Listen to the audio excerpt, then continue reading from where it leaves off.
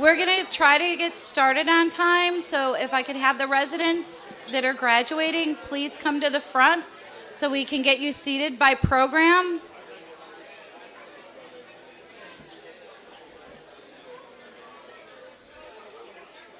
Hurry up.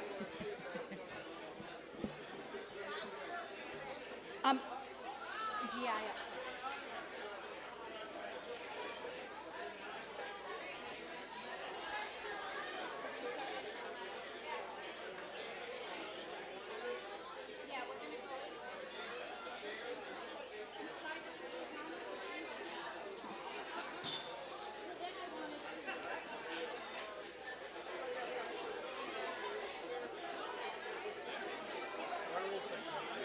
Okay, so let's go. We're gonna go one, there's gonna be 1, 2, 3.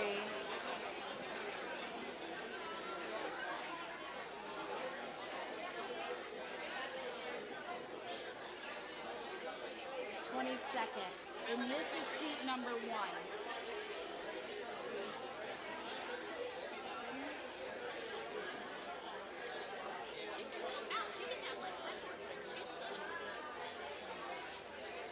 I would do the first and the first 2 end seats in the back row.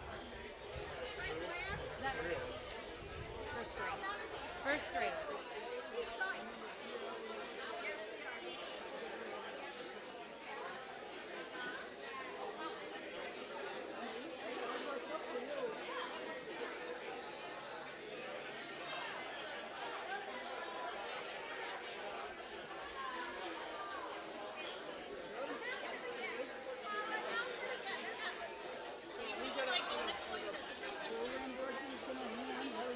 Usually the program directors come out and then hand the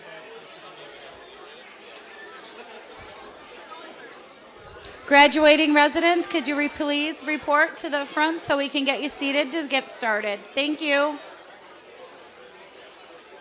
going to bust the song out. Britney Spears going. You got a mic in the audience? I know, I got a mic in the audience. Watch out. I might be confused.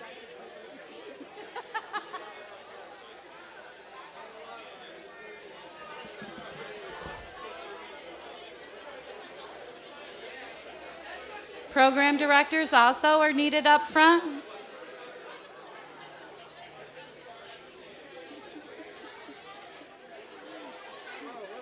It's time. Congratulations, my friend. Any seat. Yep.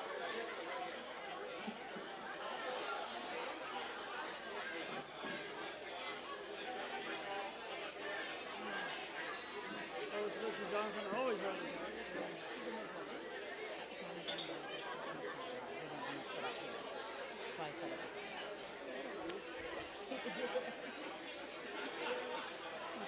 That's our biggest problem.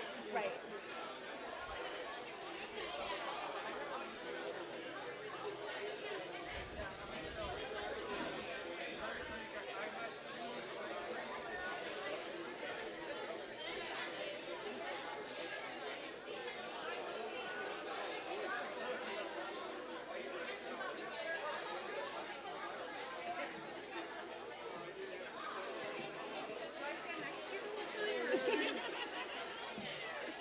Yeah.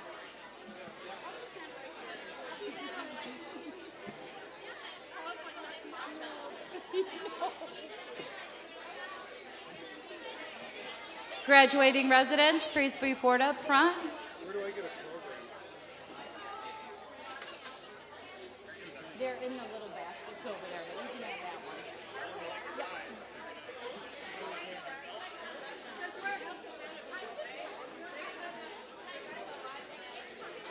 I'm running the screen, Okay. so I need a cue. I want to start right on time. So if we can get everybody all set, if you said we'll get started in like 10 seconds. Okay. That'll be my cue to put in. Perfect. Yes, in that box right over there next to my chair.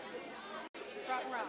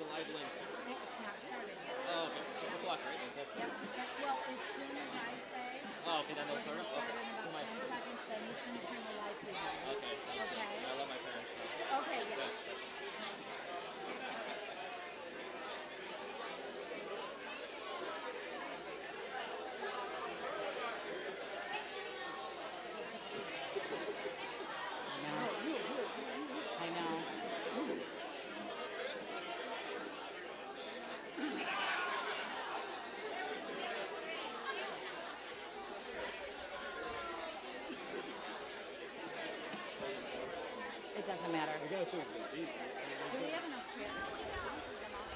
It's okay. Pull two from the back. I'll pull one, two from my parents. No. No one wants to sit next to them anyway. No. Yeah, these. Chip right there. Okay. You want to grab one? No, because Misty needs to sit in one of those.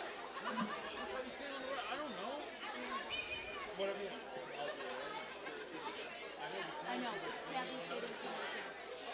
This was your forgive this thing having a No, you guys were late. You don't receive You We don't get no more. We didn't get chairs.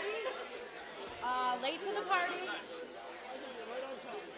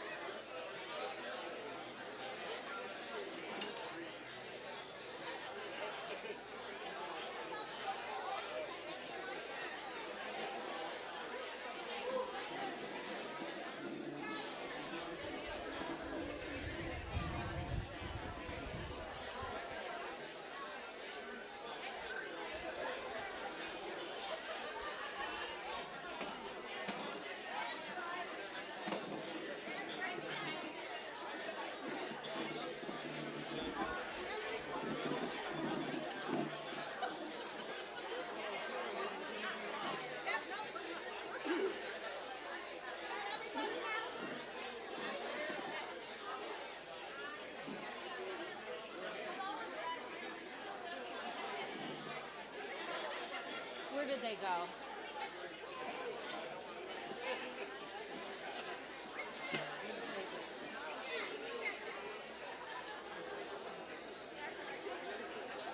Yeah.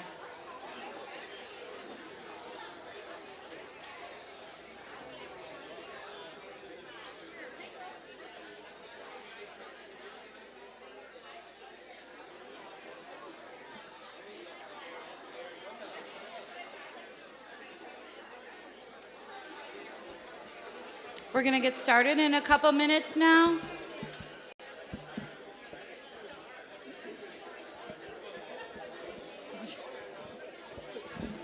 There's always two in a crowd.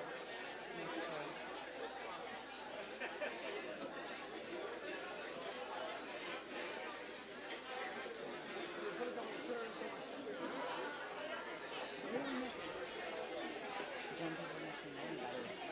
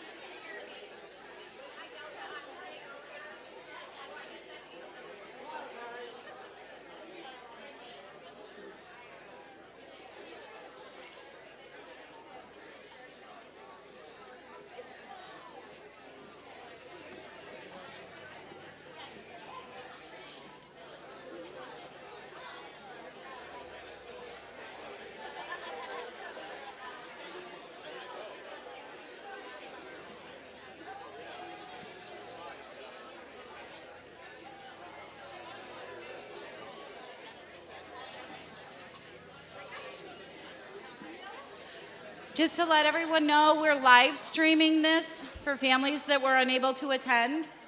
So they're going to start recording that now, that if you have anybody that's going to be watching this on a live feed, you can let them know that it's now started.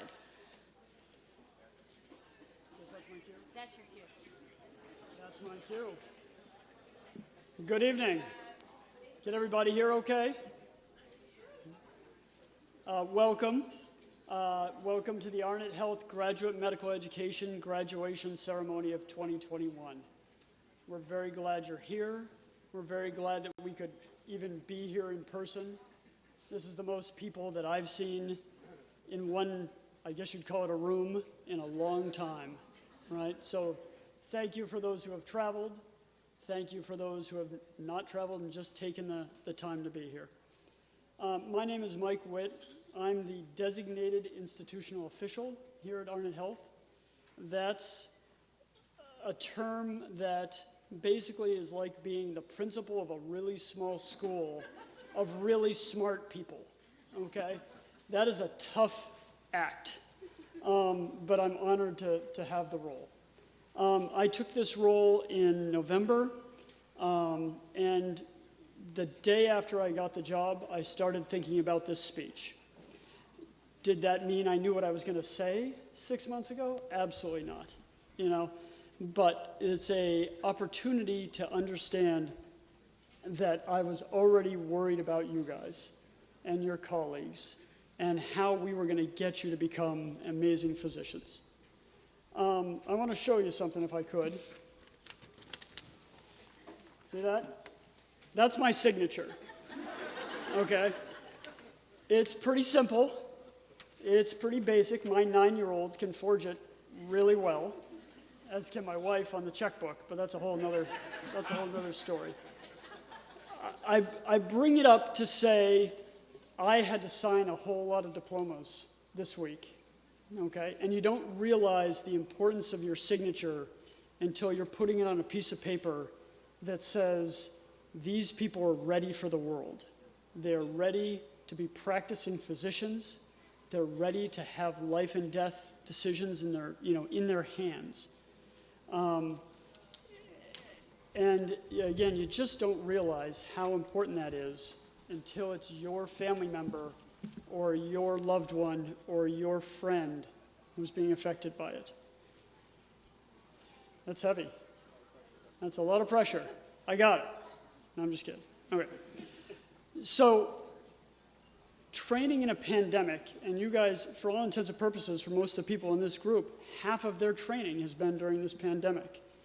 Your families have been worried about your safety. Your faculty have been worried about your education and your well-being. You guys have been worried about being good physicians. And we've all been worried about patients, our families, our neighbors, our country. This is a big ask. When I was a resident, I was the senior emergency medicine resident in the ER in southern New Jersey on the morning of September 11th. And we watched the planes hit the towers on TV live. And we prepared for transfers of trauma patients that never came. Okay. A few weeks later, I was working shifts in a postal service distribution center because somebody had mailed anthrax to government officials, and we had to screen postal service workers to make sure they were safe. This pandemic is similar in that this is the experience that you guys have. When you are, I'm not that old or crispy, I wanna be clear about this. But when you guys are standing here or you're standing 20 years from now and you're a faculty member or something like that, you're gonna talk about when I was in training, and this is gonna be the events that define part of who you are as a physician.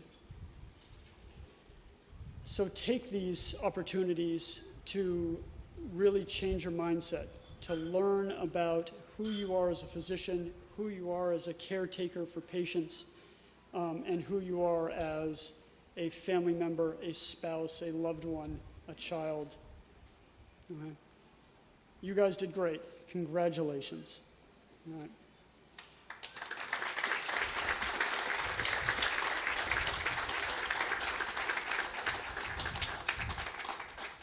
I'm just going to go through a couple thank yous real quick if I could.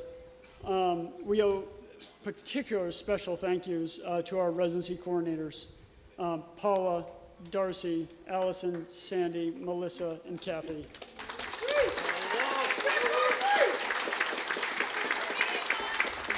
Oh my God. And Angela, I can't believe I did that. I knew it. I knew I was going to do that. I can't believe it. Now I'm really embarrassed.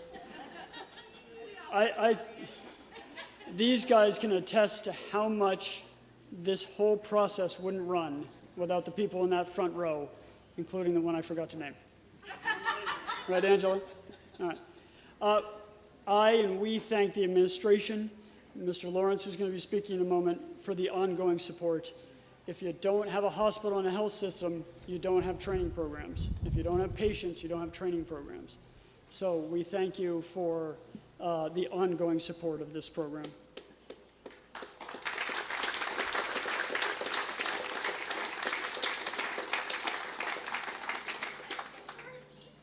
A special thanks goes to Dr. Rich Terry, who's been the architect of this whole event and the whole reason we're here, a tireless advocate, and really the foundation.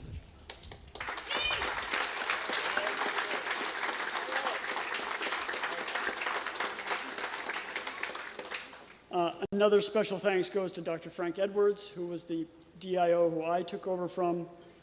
His tenure as DIO has also gotten us to where we are through multiple of the accreditations of the programs, through our current research situation, which is just amazing compared to what it was, and as a mentor to me.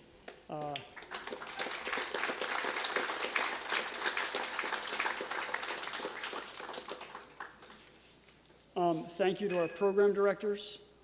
Again, without whom we could not have these programs. You need to have a leader, you need to have a captain of the ship, you need to have, and these guys can speak to it, you need to have a friend and an advocate.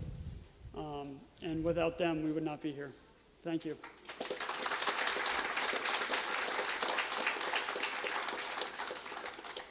I certainly can't do this alone. And you certainly don't want me practicing surgery, radiology, medicine, not my jam. So, thanks to all these people. You guys have done amazing. Congratulations. Thank you for being here. And thank you for being amazing physicians. Good luck.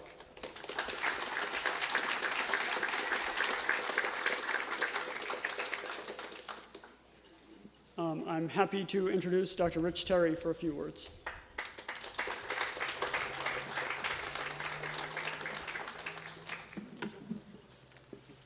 Thanks, Mike.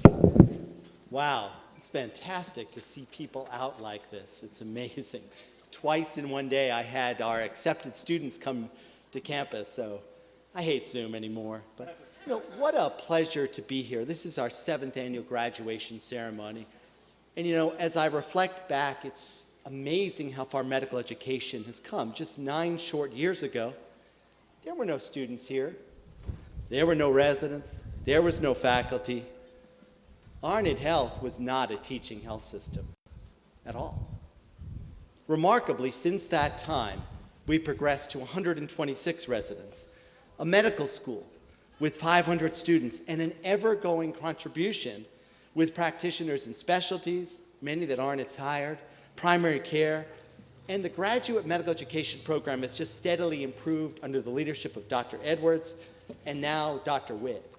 But as Mike said, developing and managing a GME program in a small health system, it's not easy. We don't have a lot of resources. We don't have a lot of money, But fortunately, we have unwavering support from our administration, namely the board of directors and Jonathan Lawrence, our CEO, because none of it works without that. Because the default answer, you see, is always no. It's always no. We can't. We can, and we have. So we're incredible and very thankful to have that. The commitment of a faculty to take on the arduous task of training you guys. It's very difficult to train physicians, and many of them hadn't done it a whole lot before, but now they're all experts. And they bought into the vision that, we can make a difference. And GME is improving healthcare in this community. patient by patient, day by day, and year by year. And I see it. I see it when I call a specialist, and I call Gary Galvano, who was my student, and I'm calling Gary for advice on GI. It's almost surreal. I'm like, Gary, can you figure this out with this patient? It's wonderful. And all of us experience that every single day. But you know, you all enter practice. It's unprecedented times in this post-COVID era. Literally everything has changed. Last week I had a conversation with a guy who was involved in accreditation. He goes, well, Rich, none of COVID affected our practices. We were unaffected by it. I said, well, that's just plain nonsense. I used a few expletives, but the reality is this entire world is reshaped.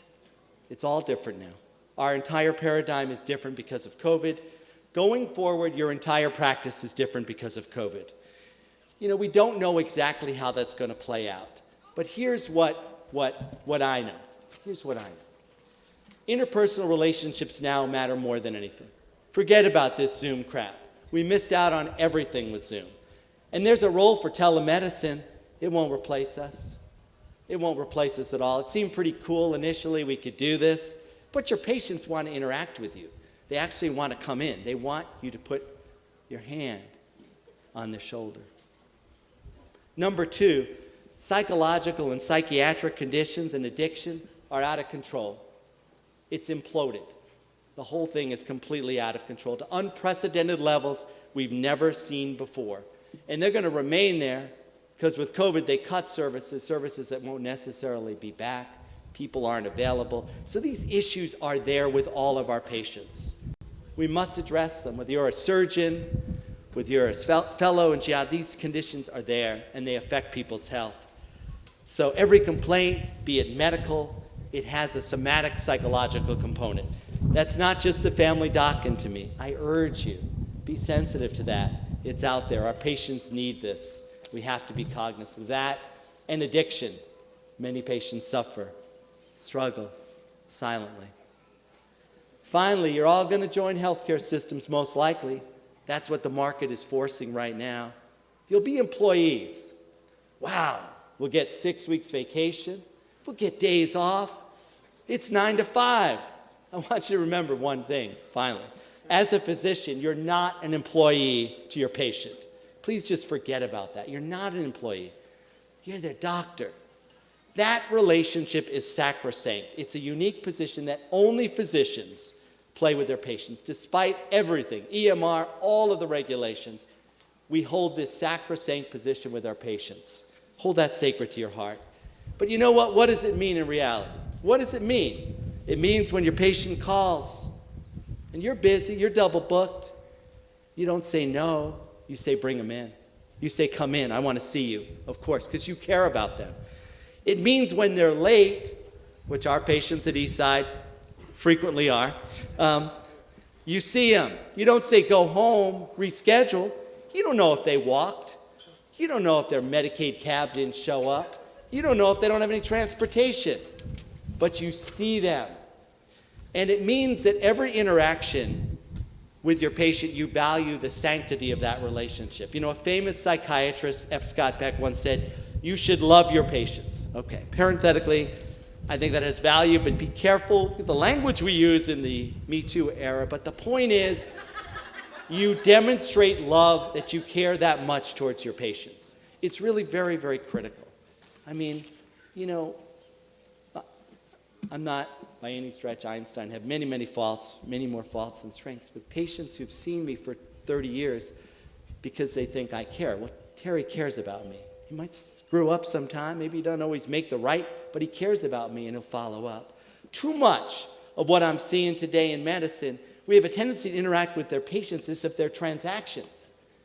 I'm like purchasing something from Amazon, a quick click, or Walmart. Your patient interaction is not transactional. All right? In reality, the only way any of this works is if you have a relationship with your patient, not simply transactional. You must develop a genuine relationship with your patients, and you must show them that you care. And I can't stress that enough to all of you. So look, I know you've been taught the essentials.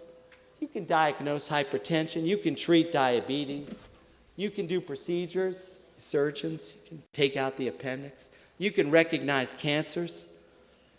But the most important thing that I want you to take out of your training here is the humanism from these physicians you've learned from, your faculty, because they're all practitioners. They've all done this for a year. And the demonstration of the critical characteristic that makes you a great physician and impactful.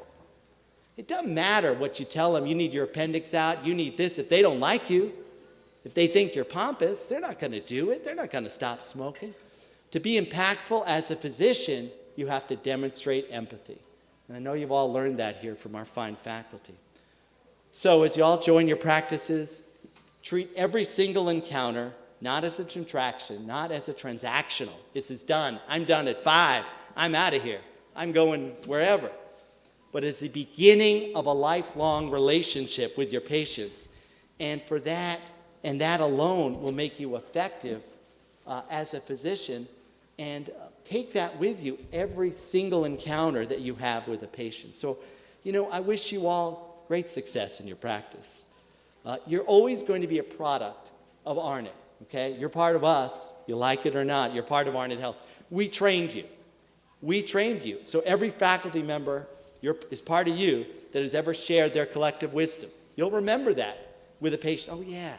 Dr. Mazza told me that. I learned that. Dr. Martinez told me that. Dr. Sada. Every nurse or staff member that has collaborated with you on patient care has taught you how to be a doctor. And finally, what we always have to be most thankful for is every patient that has ever given you the privilege to care for them has taught you. We can't ever forget that. So look, ArnotHealth has molded you to the physician you are today. We are incredibly proud of you. So I wish you all good luck and Godspeed to all of you. Do well. Congratulations.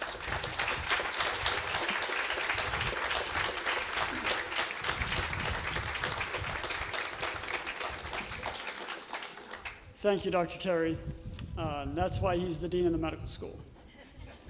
All right, if I could introduce our president and CEO, Mr. Jonathan Lawrence.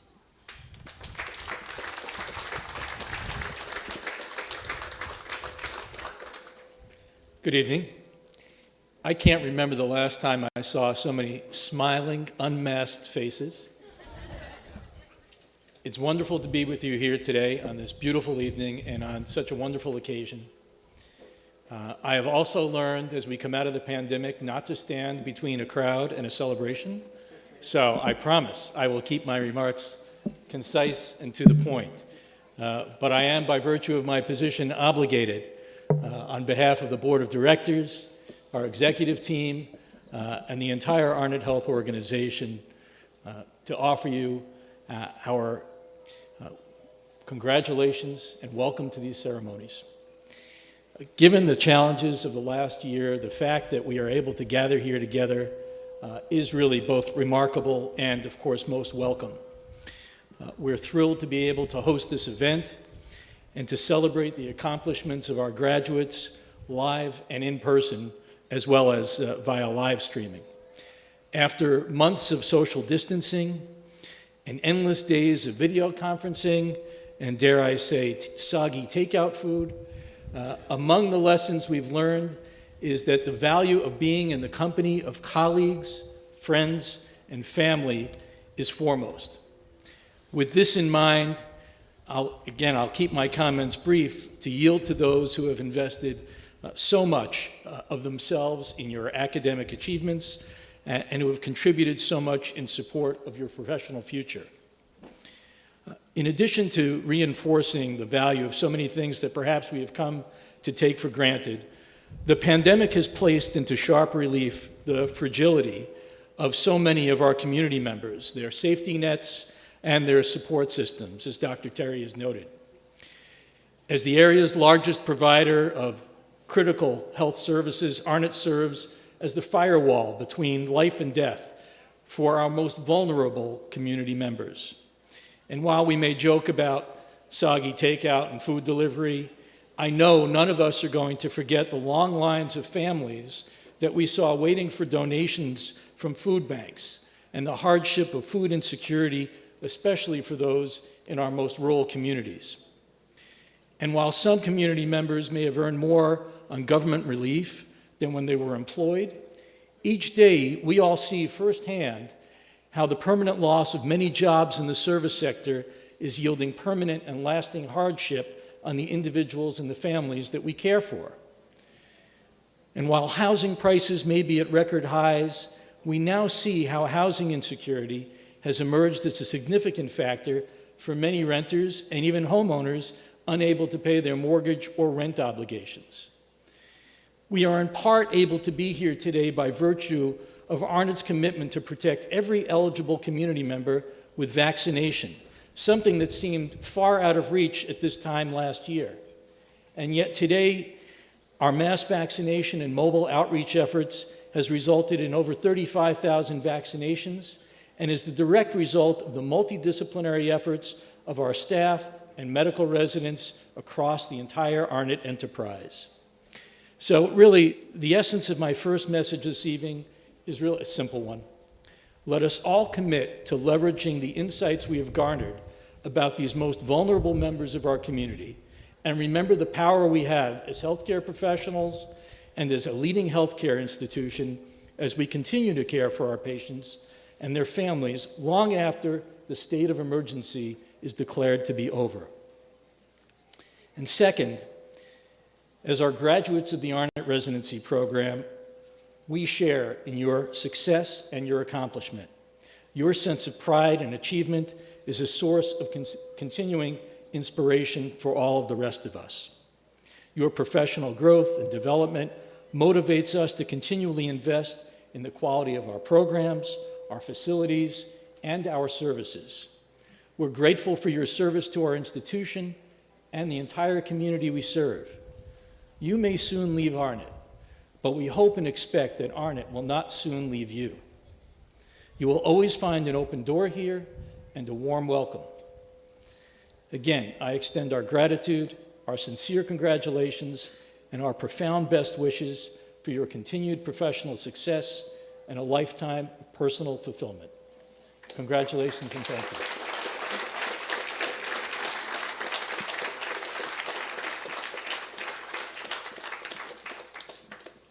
Thank you, Mr. Lawrence.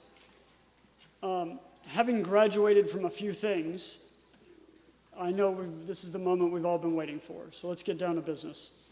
We are going to leave the script just a little bit. Dr. Mazza, the program director from gastroenterology, is going to go first. Dr. Mazza?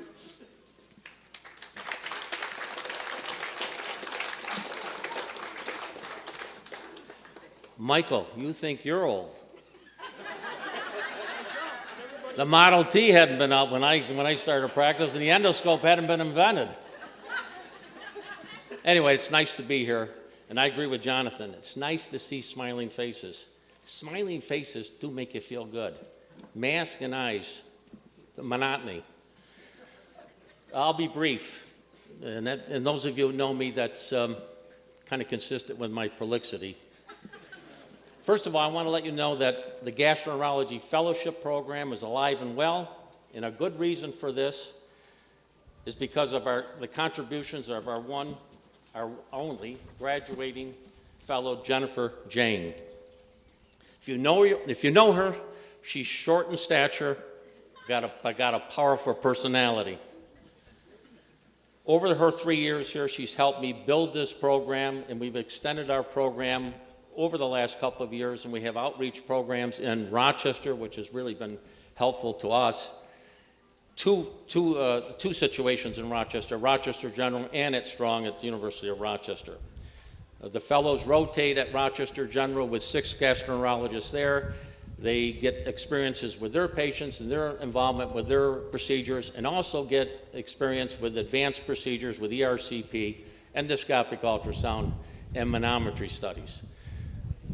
At the University of Rochester, we have 2 rotations there. They rotate with the academic hepatologists there, where they get a lot of experience with treating complicated liver problems. They also rotate with the colorectal surgical department, where they get a lot of experience with treating complicated and difficult lower gastrointestinal disorders. They've all told me that they found that very fruitful and fulfilling. As you know, Jennifer will not be staying with us, and I will personally miss her. She's off to Columbus, Ohio to be near her family. She's joined a group employed by a hospital in the suburbs of Columbus. I know Jennifer well, and I'm confident that she will provide comprehensive, compassionate, and thorough care to her patients. I know Jennifer is anxious to leave me and depart Elmira and get on with her new adventures in life, but I didn't realize how anxious she was to leave until I saw her get out of the U-Haul truck in the parking lot here. Jennifer? Jennifer?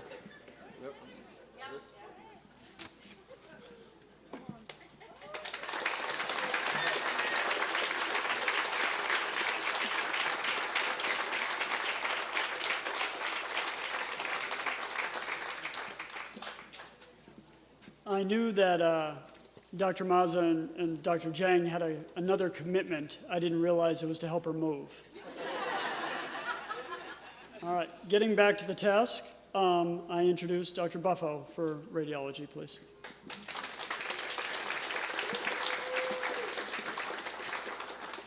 Thank you, Mike.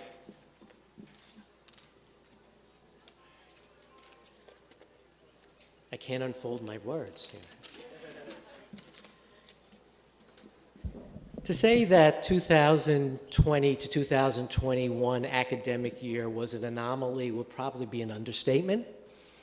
And I think while most of my colleagues in the faculty in radiology are really, really good at teaching diagnosis and therapy, one thing we couldn't teach our residents was how to think out of the box. And our two graduating residents led the charge to that end. You know, in the course of the year, we had to engage with outside organizations in order for us to have hybrid type of educational experiences. And they went so far as to create designated safe areas in the reading room by taping yellow tape on the floor in semicircles that were 6 feet apart. I thought that was very innovative. So Mitch and Alicia, we're really proud of you.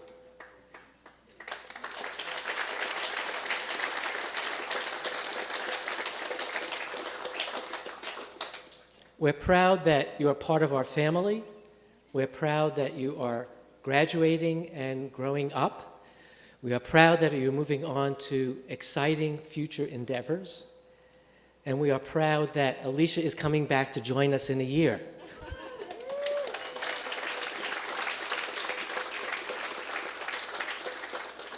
And since Mitch is marrying Nikki, who's a local woman, we may be able to attract him back at least part-time.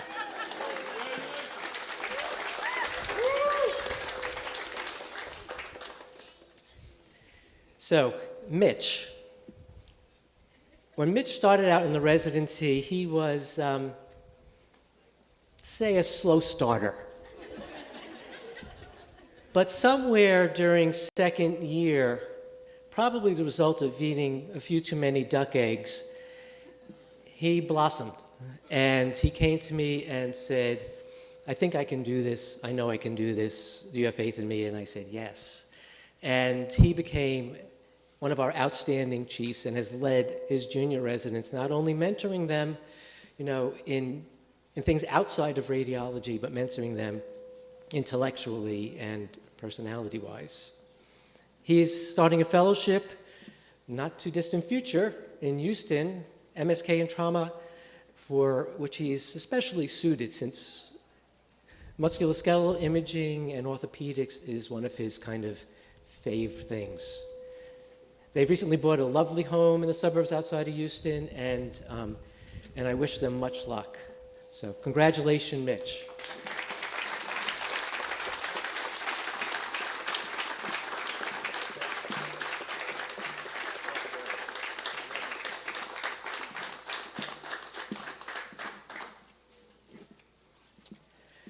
Alicia, I don't know where I could start. You know, I mean, the superlatives are just too many. She became a competent physician and radiologist somewhere in her third year of training. You know, At some point, you realize your residents and fellows become competent when you look at them and they say things that you wish you had said, you know. And she was always there and always knew what to say. And she spent 2+ years as our chief and as my right hand in many, many ways. And part of her doing, and part of Mitch's doing as well, was contributing to our achievement of receiving our 10-year accreditation as a radiology residency program awarded by the ACGME. She's leaving us for a year to go to Rochester to see what they know up there. And then she's coming back to join our group. And I have to say, just as an aside, that while I love Alicia dearly, she comes with some collateral, exceptional baggage. Amir, her husband, is the most fabulous cook, and I'm a vegetarian, but he convinced me to eat some duck confit, which he made in a panini, and I've never had anything like that in my life. And now I can't go back. To Alicia, congratulations. Alicia?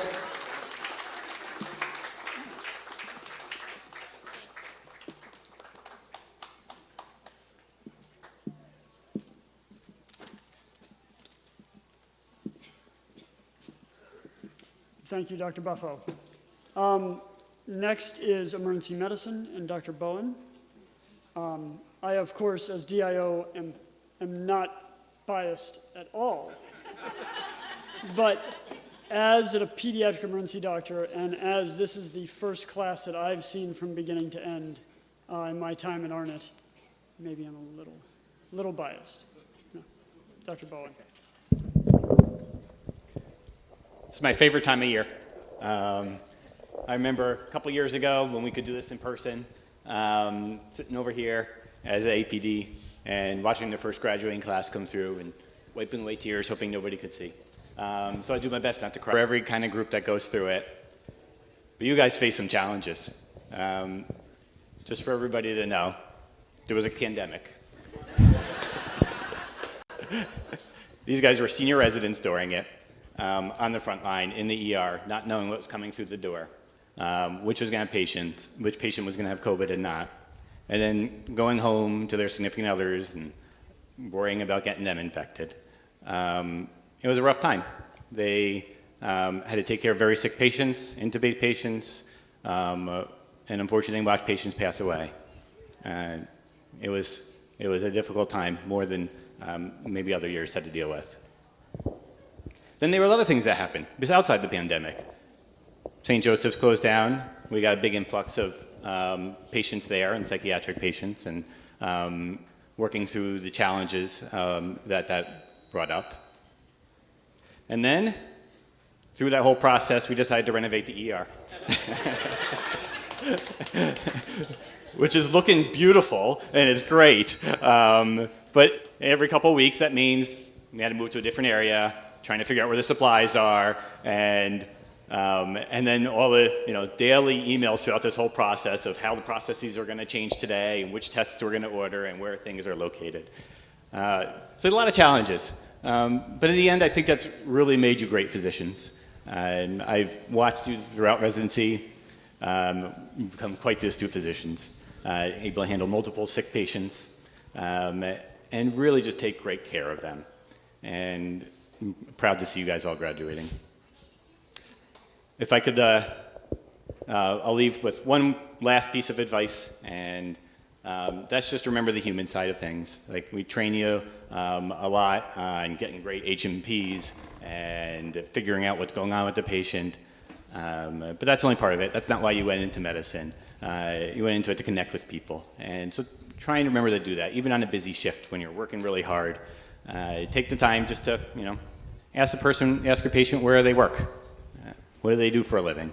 And that's where you really get your connections. And I know in the past, when it's really busy and I'm stressed, really taking that little couple extra minutes really just makes all the difference. And that's where the job satisfaction is. So that's my last piece of advice for you.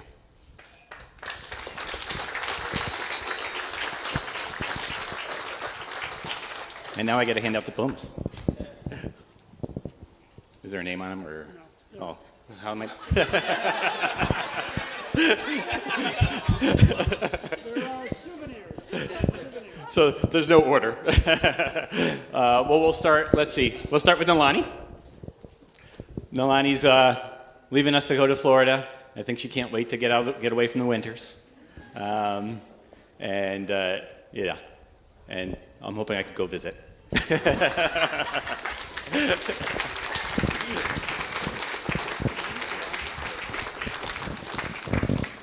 And next we have Kara. Kara's our first resident actually going up to Rochester. The job market was a little bit tight, and I know she was a little worried about getting to go back to Rochester, and she landed the job she wanted. And she's going to go up there and show them how great we are down here.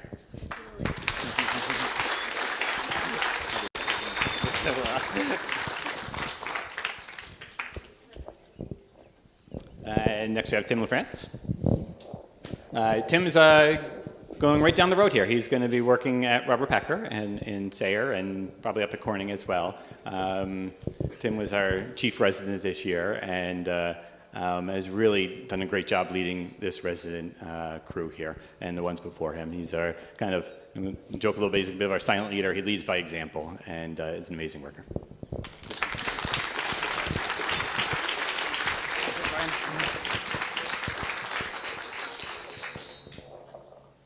And Daniel. I got the pleasure to already talk about Dan this morning. He received our Educator of the Year award. Dan really has grown, I think, over these 3 years. He has such a likable personality. He calls himself Dr. Dan to his patients, and they love him for it. But the biggest growth is this year is teaching med students and nursing and such, and it's a real niche that he has and does a great job with. And Dan is going back to Pennsylvania to work with Geisinger. Congratulations.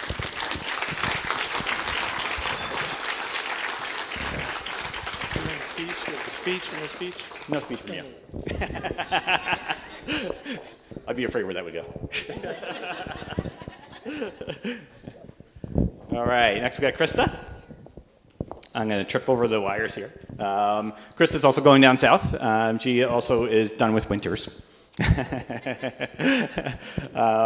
Krista also has been our kind of silent leader. She reminds me, very similar to Tim in that aspect. Krista comes in on her shift and before you know it, she's got 5 patients to tell you about, and she's just working hard. And she's always up to date on all the evidence and showed me new techniques on shoulder disc reductions and such, and just a great resident, and she'll be a great physician.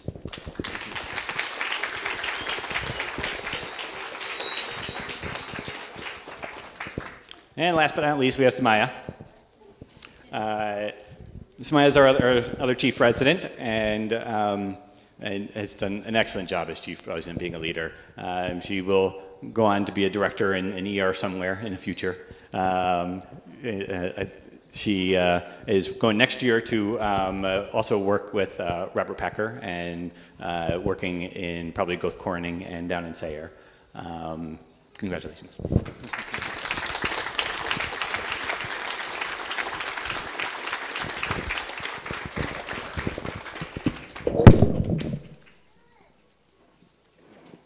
I know. Thank you. Next on the list is Dr. Can with our endocrinology graduate.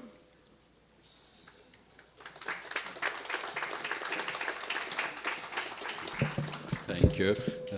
I'm delighted to present the graduation certificate to Dr. Naran. She is not here. She's on an outside rotation, so it will be she's, I think, joining us through YouTube.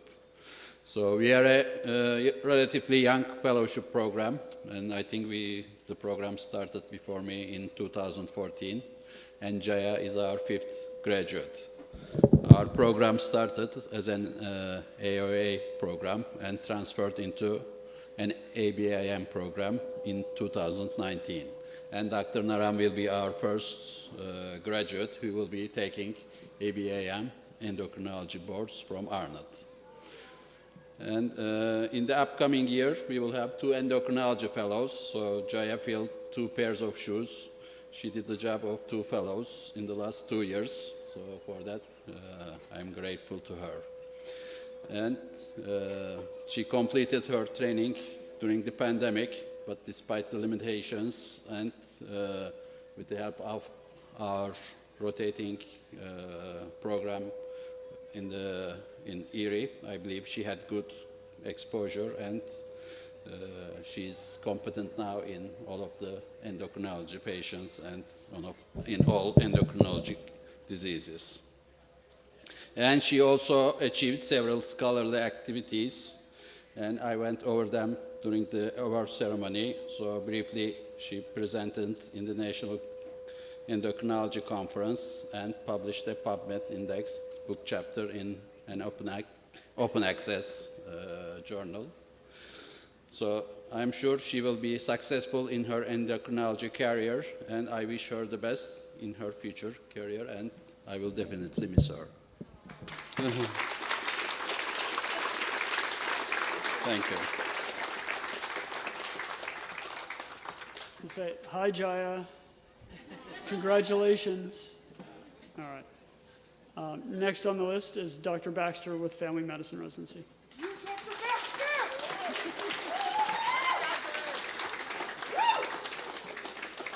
Hello, everybody. So I don't have any papers or anything. I don't know if any of you saw The Dark Knight where the Joker says to Harvey Dent, "Do I really look like a guy with a plan?" Yeah, that's kind of me when I get up here. So I hadn't really planned on pandemic remarks, but it seems like it's a prerequisite now. And I'm really proud of these guys, because when it hit, obviously with restrictions on distance and space and all that, East Side didn't have quite the volume it did before, but we didn't slow down very much. And the folks that weren't at East Side got deployed to a lot of walk-in cares throughout ArnotHealth system. And I like to think that we showed our worth to the powers that be, because I think we provided a pretty good service for it. And I think you guys deserve kudos for that, because you did it and you didn't complain, at least not to me. So, Not at all. you're right. So, yeah. So, residency classes are almost like children. As a parent, you're probably not supposed to have a favorite, but this is a pretty special group to me. At the awards ceremony, I talked about the very first MD who ever interviewed at the program was Sarah Fiallo, because that was the very first year where we were moving into the single accreditation system. First time we had gone from osteopathic only to that system. And I remember saying to Darcy, when she left, it's like, wow, I hope all the MDs are like this. She was really impressive. Well, guess what? They were, as were the DOs. This is one of the most impressive collections of people that I've ever had the pleasure to know. And they're going to go out there and they're going to do great things. They are full of some of the sweetest people you will ever meet, some of the biggest smiles you will ever see. A couple of them who were smiling despite some of my less than expert performances in my performance as a program director. A couple of the biggest smartasses you'll ever meet, and you know who you are. But this is a group that I am really gonna miss. So, thanks, guys. You made the job fun. As far as parting wisdom, continue to have fun. Please don't change who you are. And more than anything else, just enjoy the journey. It's been 31 years since I sat where you are now sitting, and the profession has changed an awful lot since then, but it's still the best profession on the planet, and try to appreciate it as such, because it's a real privilege. So,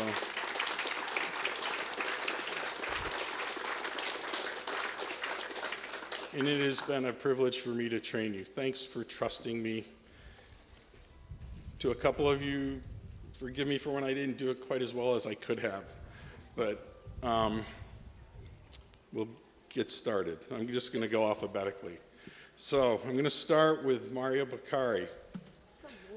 Yeah.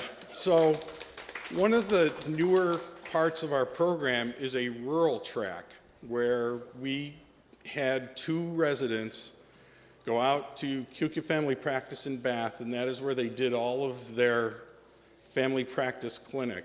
And Maria was one of our inaugural members. She and Neil Patella are our first graduates from that program. And if you want to talk about setting the bar high right out of the gates with Maria and Neil, we definitely did that. So, all right. So I got to make my annual dad joke about the diplomas. They're really just pieces of paper that are empty, like my soul. All right. So we're giving them all the Dr. Seuss book, Oh, the Place You Shall Go. All the faculty have signed it, so yeah. Well, Dr. Seuss is still available, but yeah. But, all right.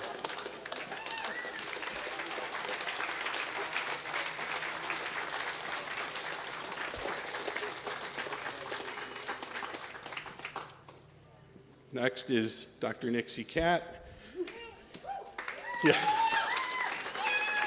who I need to thank because at the end of the awards ceremony, they gave me a very awesome gift. I don't know how many of you know Dr. Glaucomflecken from Twitter and TikTok, but he made a video for us that was pretty awesome, and it was actually Nixie who managed to pull it off. He's one of the most caring individuals that I have ever met. I mean, heart on the sleeve. I think he had more patience with his cell phone number within the first week than I've doled out in 31 years. But that's just the kind of guy he is. He will always be there. His patients will love him. Many of them would probably take a bullet for him. Yeah. He was also the LECOM Resident of the Year, is voted by the students for being a resident educator. So, Nixie, I'm glad you're staying with us. He's staying with us. And I forgot to mention, Maria, she's going to Jersey. We don't know where yet. And I'll get over it eventually.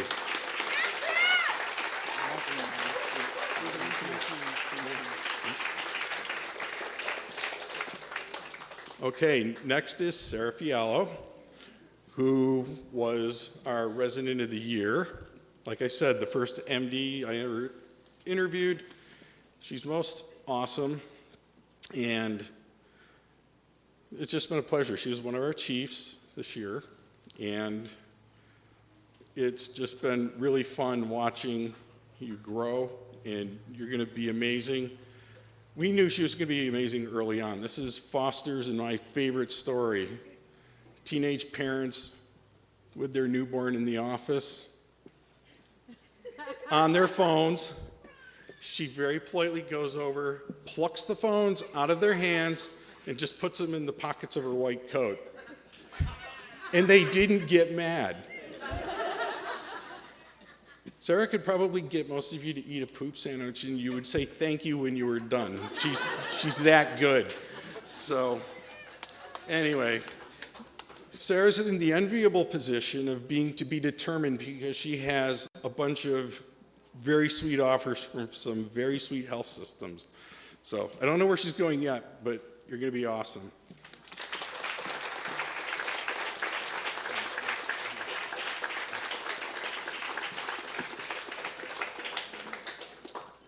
Okay, Niharika.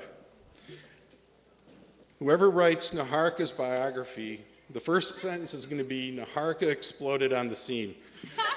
She is pure energy, sometimes a little manic, but that's why I love her.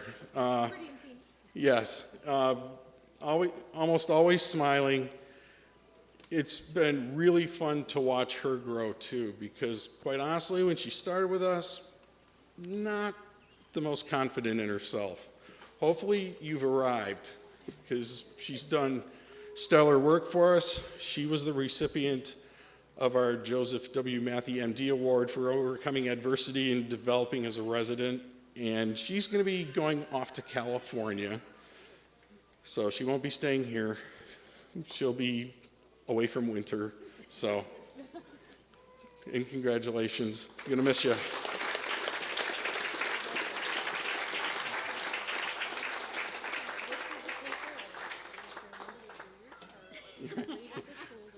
Oh yeah, we told her award can be a paperweight so she can remember to do her charts. Yeah, yeah. I keyed. All right. Okay, next is Neil Patel.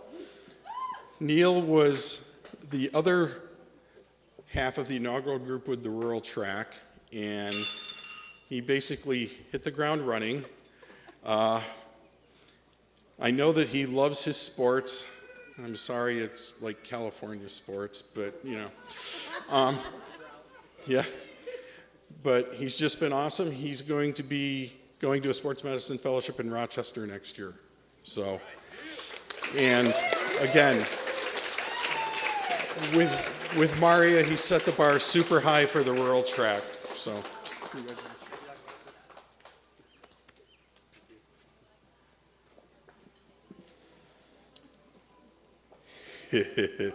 Nimmy Simon. Okay, remember the earlier remark about smartasses? Here's Exhibit A. No. Yeah. Now, actually, Nimmy's been a total delight.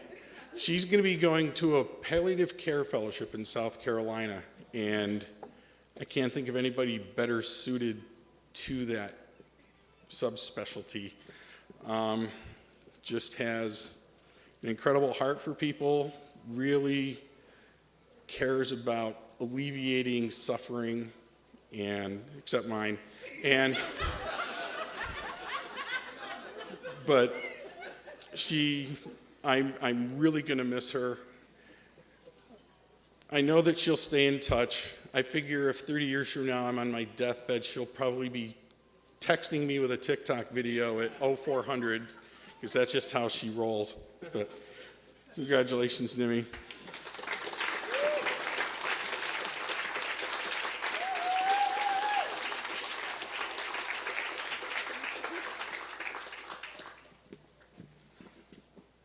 Okay, Nitty Simloat. Oh, there you are. You're not with the group. Okay. So Nitty had a rockier path than a lot of them, and hopefully that makes the finish line that much sweeter. But she's been amazing. One of the newer things that we've been developing is the concept of specialty tracks, areas of concentration where you do extra electives in certain subspecialty pursuits. And not only has she helped pioneer that, but she's done two: women's health and addiction. She's been most impressive. She also has the luxury of having several job offers to choose from. And that's why it says to be determined, because she's got so many she needs to decide. So, congratulations.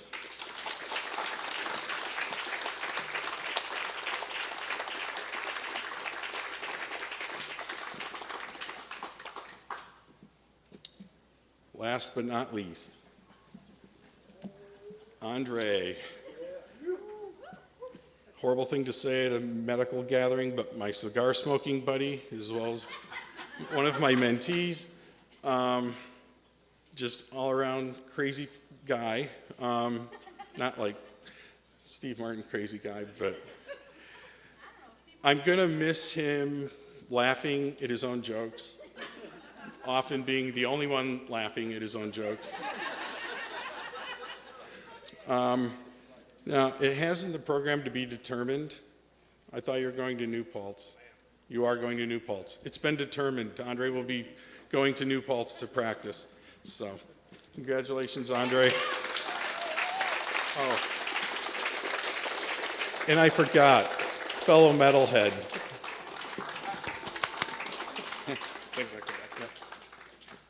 Shout out to Dr. Keltz.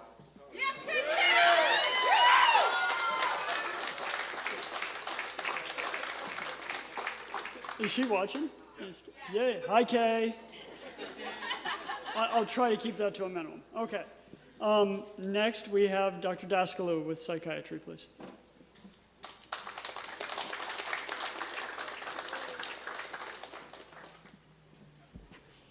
Hello, thank you, Mike. I don't have prepared remarks. I didn't spend the last 6 months like Dr. Witt thinking of what I'm gonna say now, because he sent us some instructions, but he changed them 3 times in the last 24 hours. And it's my bad luck that I followed Dr. Baxter. It's always like, why do I have to go after him? It's like, nobody's gonna pay attention. And psychiatry is always special with something, but I'm going to start at the end, mention 2 people who are not graduating but are leaving us because they go into child fellowship. Rebecca John is going to some school in Dartmouth, and Joe Karuvanur is going to some place called Cleveland Clinic. They're not graduating. We're going to skip over them. We're going to keep track of them and try to maybe get them back. But that was at the end. It's at the end of your program. So your instructions, what I was supposed to give an update about the state of the program and where these 3 guys who are graduating today, how they impacted this. And the awards ceremony made me, and Dr. Baxter again, made me think of these interviews. And we meet all these great people for interviews, but they don't seem to come to us. They go somewhere else. One asked me, what's the favorite part about your job? And it's like, there's no favorite part about this job. Are you kidding? And then I realized it's actually this moment. I'm done. They're done. They're leaving, and it's great. And it's worth doing what I'm doing and getting through everything I'm going because of times like this. And today, it's even more special than ever because of each one of them, and I'll get to them. But as far as the program, I was also, what I was supposed to do, Dr. Terry was here earlier. He convinced me to take this job, and he only wanted one thing, not to hear about psychiatry again, so he can do his job without spending half the time on the crisis and problems in the psychiatry residency. And now, several years later, do you even remember who I am? It's like,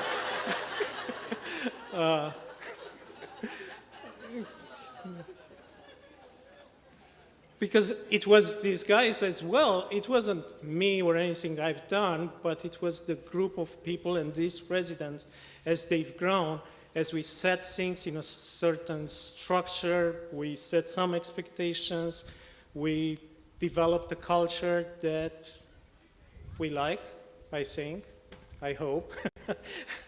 I'm not sure, but we're working on that. And no more crisis, cruising, pandemic, attendings leaving, whatever it is, we deal with it all, and we keep growing.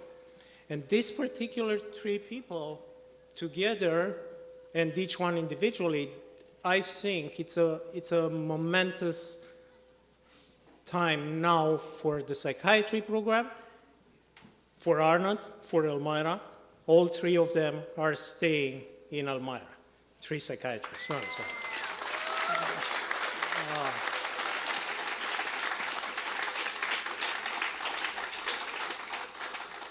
So, actually, I don't want to talk about the past because it's the future that I'm really excited about. The trouble, I mean, like I said, so excited to see them go. Now, my trouble is they don't go. I'm gonna, I'm going to have to deal with them in a different capacity, or I'm not even giving them a choice. They're going to join as faculty, and I'm going to have to deal with them as colleagues. But so, okay, I need to take a moment and thank some people who made this happen. I mean, we lost a faculty member who was essential for our outpatient practice, like Dr. Touchstone. We needed him, and we have a crisis, and then Dr. Bushnell and Dr. George step up to the plate, and they think we have a chance to maybe convince Johnny Rivera to stay. He likes outpatient. Maybe we'll get him. They decide gonna go through whatever it takes, get through this year. As 2 people do the job of 3 people to hopefully have him sign with Arnott. And he did, and they were able to do that because these 3 senior residents also helped tremendously to do that part. EPC has been a big part of this program at Arnott, and I'm running this program as an EPC employee, and in the back of Dr. Hunt's mind, he's the medical director there, maybe at some point we might be able to convince some doctor to stay and come and work for us. And especially Dr. Hunt, but everybody else at EPC gave so much to this program to help residents, no matter where they go, but maybe somebody sometime might consider coming to EPC. And the moment we made it official that Dr. Louis is going to join EPC, it's a small hospital, but it's like the whole hospital was excited. Yay, finally we get a real doctor. We don't have to deal with these ones that they, I mean, you know what. And last, especially, we have a new leader over there on behavioral services. Kate Lewis just took over in January and trying to manage and learn about the program, and her taking over the job, I need to thank her and Mr. Lawrence for kind of going the extra step and being able to recruit Dr. Islam Subi to join Arnott. So I'll start with Johnny. Come on over.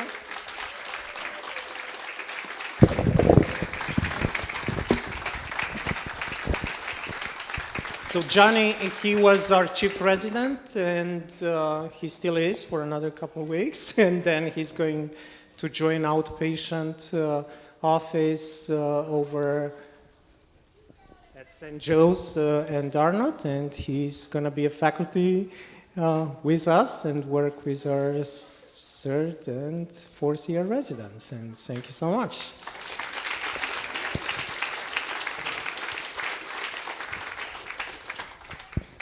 Second, I want Daniel Louis. Somebody asked him when he came over, somebody asked you, where are you going? And you're hanging around. Yes, he's coming over at APC, and again, we are so excited to have him over there, and thank you.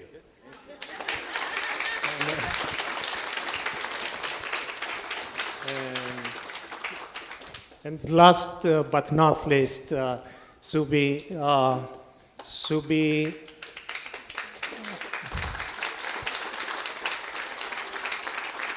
I can tell. I mean, I tried to tell him a couple times, but I can tell everyone how grateful I am. He was patient. He had an offering hand from a much bigger university and whatever, but he wanted to stay with us, and he's staying with us.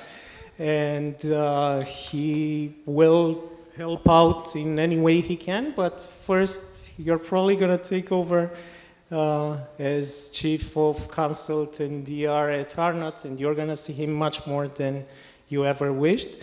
And, and he's really going to change, with all our help, the face of psychiatry as you know, as you see it at Arnott, the big building, not just at St. Joe's. And thank you so much, Subi, and so happy. Thank you.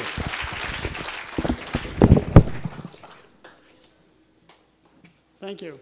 Next is Dr. Harrison with general surgery.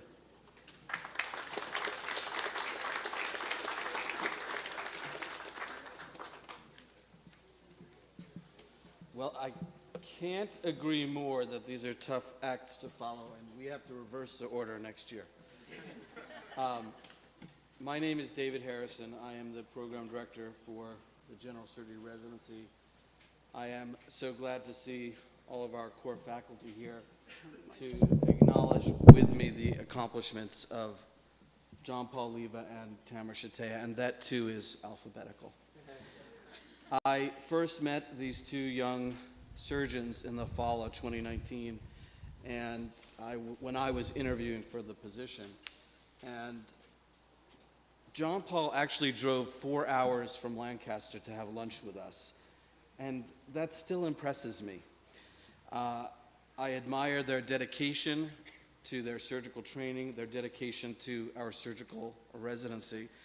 And on a personal note, I want to thank them both for helping me kind of guide me through this transition in my life. So obviously, just like you guys, I get emotional too.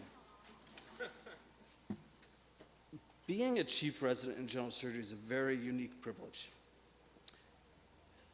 I've never experienced anything like this. It wasn't like that when I trained.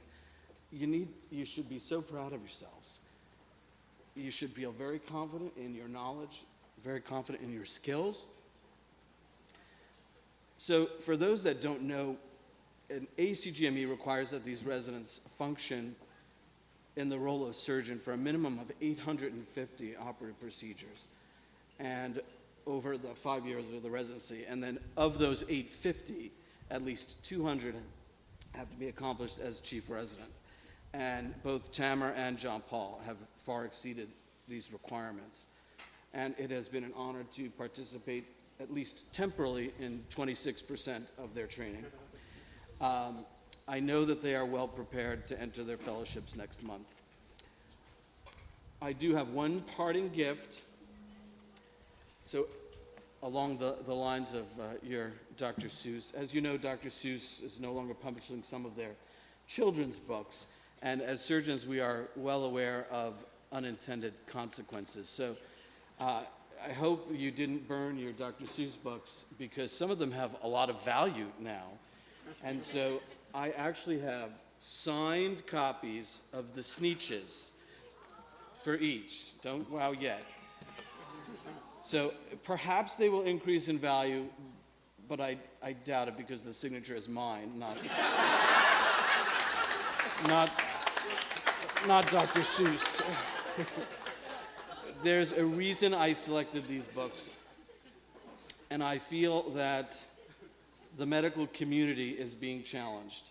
We're being challenged to uphold our obligation to critically think and to limit the influence of emotion and convenience in our decision making.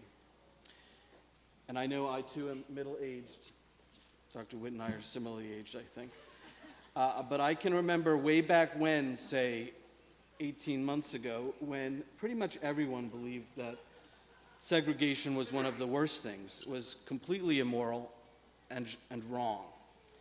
But now I am perplexed when these very same people are endorsing medical segregation. So along these lines, I want to share with you the Sneetches. So they're kind of like taller Ewax with a bigger belly. Star-bellied Sneetches had bellies with stars. Plain-bellied Sneetches had none on theirs. Star-bellied sneetches thought they were the best kind of sneetches, and they did not invite the plain-bellied to play or to celebrate. Then one day a stranger arrived with a special machine which for $3 would create a star on one's belly. So each of the plain bellies got a star for a fee. Of course, the original star bellies were aghast. And just then that same stranger agreed to remove their stars for only $10. So they all had their stars erased, again for a fee. So what happened, you might ask? Well, with their snoots in the air, the newly minted plain belly sneetches once again declared their superiority and excluded the newly minted star-bellied sneetches. So the entire rest of the week involved all of the sneetches adding, removing their belly stars until the stranger had all of their money and drove away. And it was on that day that all of these sneetches became quite smart. They used their critical thinking skills, and they decided that sneetches are sneetches, regardless of having bellies with stars or none on theirs. So Tamara, JP, I'm very proud of you. I wish you both all the best.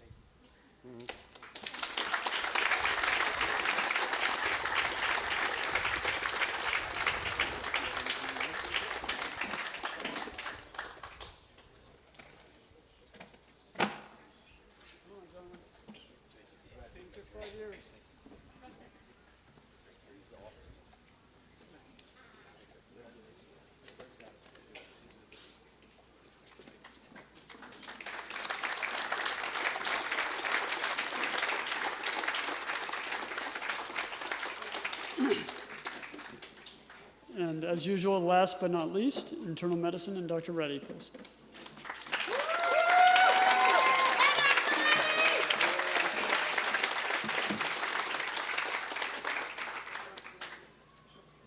I didn't need these last time.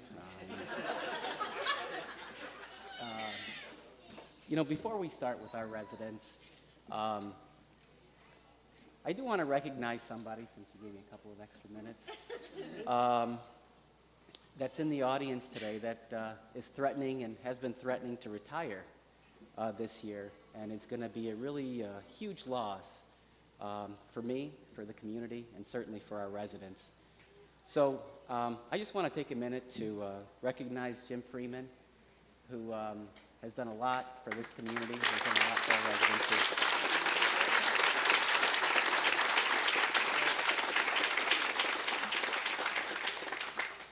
Thanks, Jim, for everything. We're all better for knowing you, for sure. Okay, so it's with great privilege I get to announce the graduates of Internal Medicine 2021. So, in the recent past, we've seen a lot of really positive changes with the demographics of internal medicine and the residents. From 1991, we went from having 30% women to now, most recently, having 45%. The medical school class of 2019 to 2020 was the first time in history where women outnumbered men. There's been a greater than 6% increase over the last 5 years of the Hispano-Latino doctors. There's been a 4% increase in black doctors, and there's been a 6% increase in Native American doctors. However, through some Markov process anomaly, the graduating class of 2021 managed to sidestep all probability. We are graduating 10 male doctors.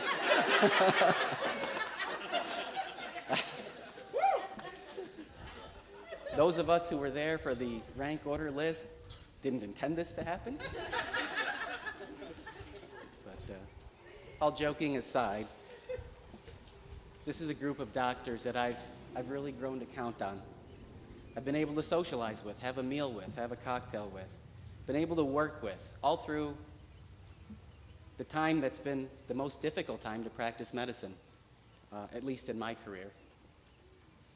So I'll introduce them one at a time, with the footnote being that these following comments only scratch the surface of what I really want to say about them, what I really know about them, what I really know about what they can do.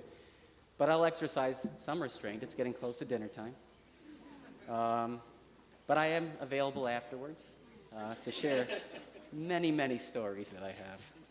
So the first resident, he's not here today. Dr. Farhan Ali, hopefully you're listening out there in land. His most recent accomplishment, of course, includes Resident of the Year, which we announced earlier today. He served as a chief resident. To me, he's our chief resident, but he's the Elizabeth Blackburn of the class. Now, for those of you who don't know, Elizabeth Blackburn is one of the most famous medical researchers that's currently alive. She's done more with DNA research than anybody on Earth. Farhan has done more with research in the last 3 years than probably greater than 90% of the entire medical community, or what they'll ever do. He'll be taking his significant accomplishments to a GI fellowship here at Arnott. So this is Farhan's. I'll take it for him.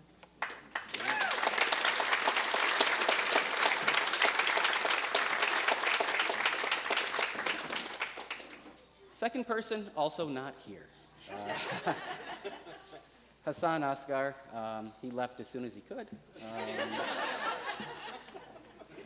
Not really sure why. He was probably hungry, to be honest with you, for those of you who know him. I mean, I saw him as a real buffer for the residency, which is to say that he could come across a really tense situation, smile, crack a joke, keep his sense of humor, keep a great attitude, and diffuse it in a way that I haven't seen very commonly. I'll remember this the most about him. He was happy all of the time. He's going to be successful in Kylene, right outside of Houston, practicing primary care. However, I don't think we've heard the last from him. He's pioneering a change in the MOLS form, the medical order for life-sustaining treatment. He would like to add video gaming as part of that, because he said over year after year, if I can't play video games, that's an automatic do not resuscitate for me. So I'll take his as well.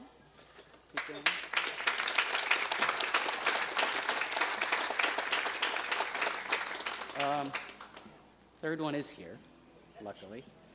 Manav Bandlamudi. I'm sure he gets a lot of that. He really doesn't. Also served as chief resident for a year. He's done more, probably for resident wellness, than he's going to be given credit for. For 3 years, he's worked tirelessly to try to get people out for fitness and camaraderie. You can't hear me? Okay, how about now? Okay, great. So he pushes them on the basketball court. He pushes them in the hospital. He pushes them the same amount to, he gives it his 100% out there, because I see him limping coming in the next day. And he expects the same for them. This is a real compliment to our chief residents in this class, because we have more first and second year residents here than we've ever had. And this, I think, is primarily related to the camaraderie that he was a part of promoting. Manav will be going on to Cooper University for what I believe to be a very brief stint as a hospitalist, and undoubtedly will be moving on to critical care medicine. So this is for you. Congratulations.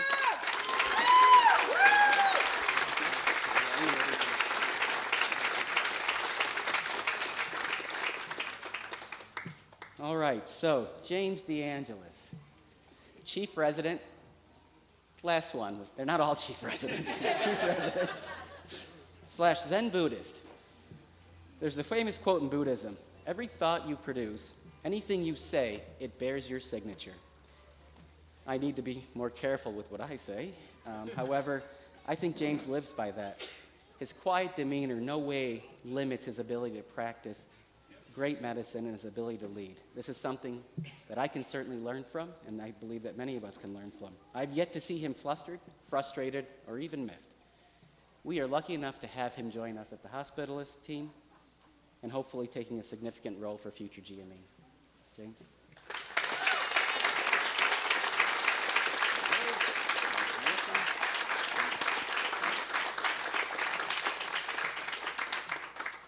I do want to see him mad, though, once. I do. I mean, I know that's odd to want, but I definitely want it. All right. Jaron Goff.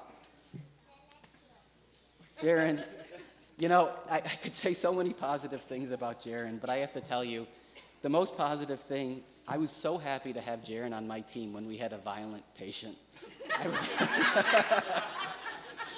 I would always tell the rest of the team, don't worry, we've got a Jaron.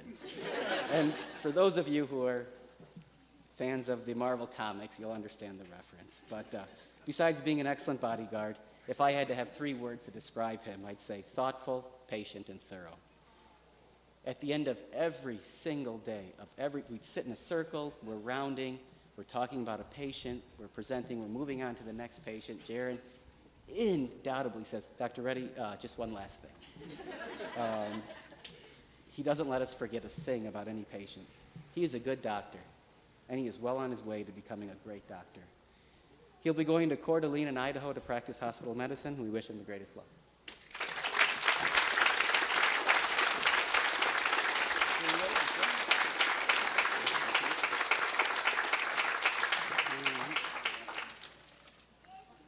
Royal, you showed up, right?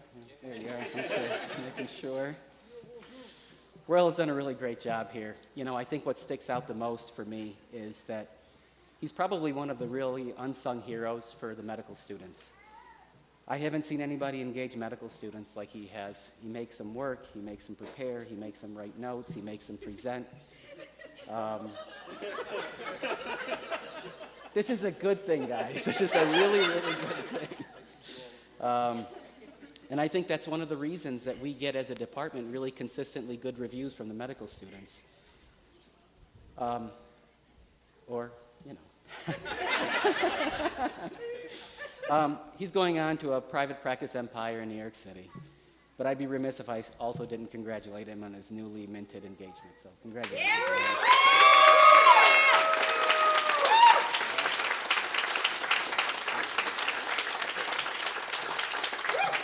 All right. So, Abhiram Javaji, I didn't know you were going to come today, actually. There's a reason I said that. He actually graduated several months ago. He came to us off cycle. He actually came through a typical ERAS cycle, and he had actually graduated already. And we had a position unexpectedly open up, and he was really kind enough to accept.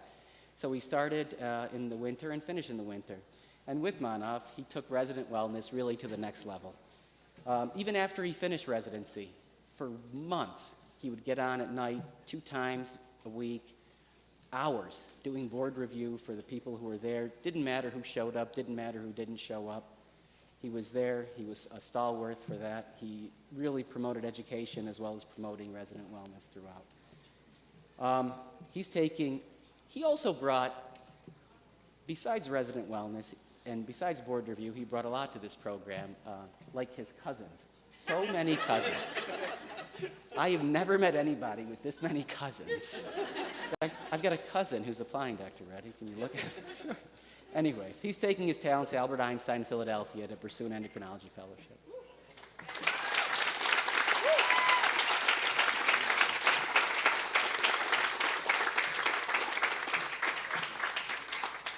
All right, Joel, there you are.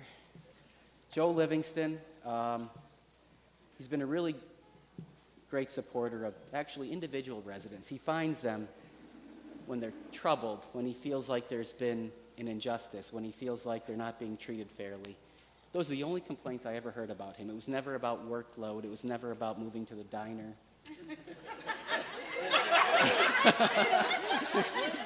It was never about anything else other than, I think this resident is being treated unfairly, and I admire you for that.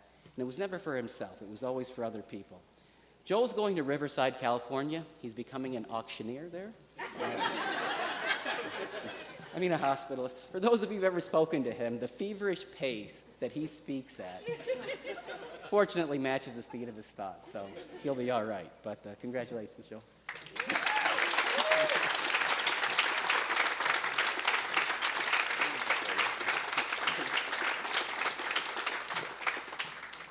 All right, Dan Recklin. The best way I can describe Daniel is quiet confidence. His silence is really mysterious. And in the beginning, I actually didn't know if he was doing his work or not. I was really concerned for him. But later I came to know that he was actually probably a step ahead of me most of the So basically, he's a ninja. He does exactly what you need him to do, and you don't hear anything. He's fortunately taking his skills to Strong Memorial to pursue a nephrology fellowship. So congratulations.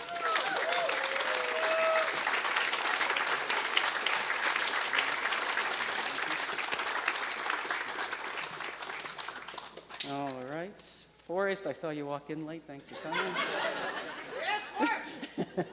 Please stay afterwards for pictures. You know, the thing that stands out about Forrest for me is he has got an unending knowledge of the weirdest medical facts that exist. Anywhere from the jumping Frenchman of Maine, which is a diagnosis, to, you know, aquagenic urticaria, so people who are allergic to water somehow. With his core knowledge being more than adequate, it's these odd syndromes that he always brings up that impresses me the most. He's moving on to a value-based care leadership fellowship combined with an MBA at Northwestern in Chicago. Yeah, that's a thing. I didn't know. So through this fellowship, he's definitely going to be ensuring the future of medicine and our jobs, probably. So congratulations.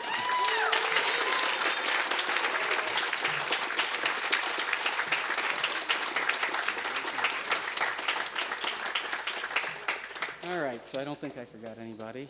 So, to the class of 2021, thank you for being the backbone of this residency. The last 3 years, the things that we've done, we couldn't do without you.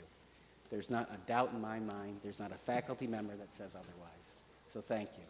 And to the audience and the rest of the medical world, from my favorite game as a child, hide and go seek. Ready or not, here they come.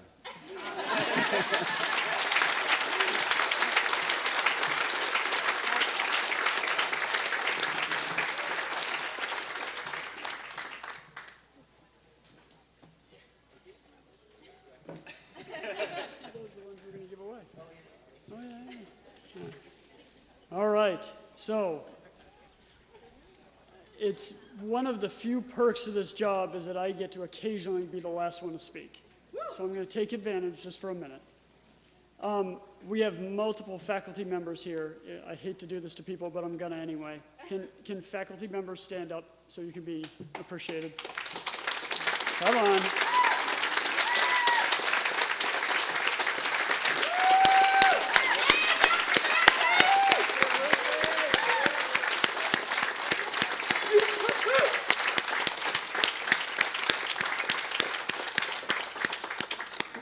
Thank you. For our guests and families, these are the professionals who are teaching your loved ones to be who they're going to become. And we owe them a great debt of gratitude. Graduates, I'm not going to keep you from dinner too much longer. Congratulations. Again, you guys are amazing. It's been a long road to get here, and you've done it. Congratulations. Enjoy.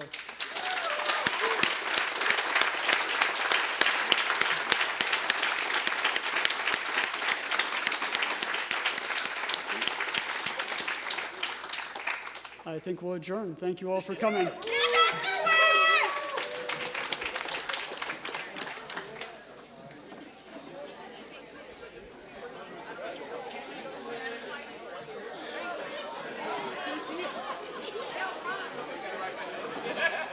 Yeah,